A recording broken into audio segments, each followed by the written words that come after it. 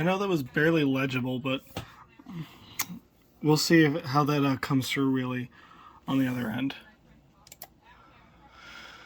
Unfortunately, it seems like really WNG 572 out of from Petoskey is going to be the hotspot, along with potentially WNG 672. I'm monitoring daylight time at station as well conditions.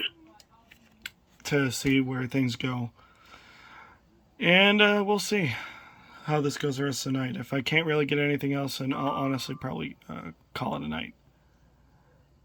Pilgrim EAS, we'll keep going.